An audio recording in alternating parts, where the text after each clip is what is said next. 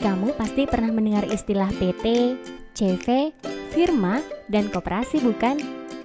Biasanya saat kamu melintasi jalan raya di kota-kota besar, istilah tersebut sering terpampang di gedung tinggi. Ternyata istilah-istilah tersebut merupakan bentuk-bentuk badan usaha dalam perekonomian Indonesia loh. Nah, biar lebih jelas lagi, yuk aku akan mengajakmu untuk mengetahui konsep badan usaha dalam perekonomian Indonesia. Kali ini aku akan pergi mengunjungi kantor ayahku. Iya, kantor ayahku ini gabungan perusahaan yang berdiri sendiri dengan tujuan mencari keuntungan atau laba.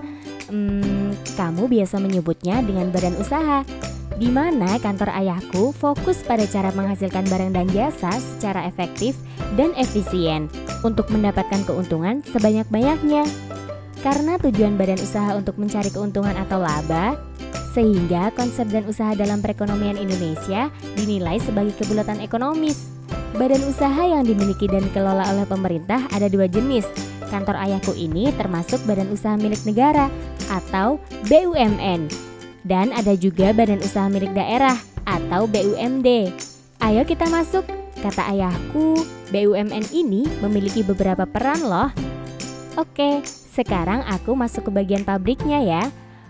Wah, ternyata di sini aku bisa melihat proses produksi. Hasil produksi ini nantinya akan diedarkan untuk masyarakat. Nah, itu peran BUMN dalam menghasilkan barang dan jasa yang dibutuhkan masyarakat. Kamu lihat di depan itu, karyawan di sini sedang memberikan pelayanan kepada masyarakat. Itu sih peran BUMN dalam pelaksana pelayanan publik. Selain itu, BUMN juga sebagai pelopor atau perintis dalam sektor-sektor yang belum diminati usaha swasta. Yang terakhir, sumber penerimaan negara. Kali ini aku diajak ayahku untuk melihat jenis-jenis BUMN itu. Wah, kamu lihat, itu ada badan usaha perseroan atau Persero dan badan usaha umum atau Perum. Nah, Persero itu BUMN yang kepemilikan sahamnya dapat dimiliki oleh pihak lain selain pemerintah, tapi tidak melebihi 49% dari total saham BUMN itu.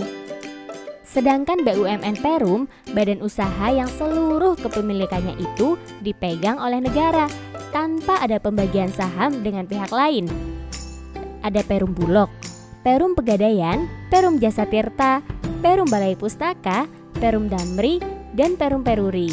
Itu semua contoh dari BUMN Perum. Kata ayahku, BUMN itu memiliki kelebihan dan kekurangan.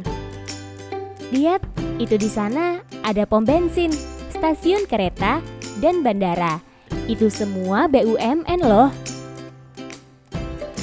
Kamu mungkin tahu kalau BUMN itu bergerak pada sektor-sektor usaha yang menguasai hajat hidup orang banyak.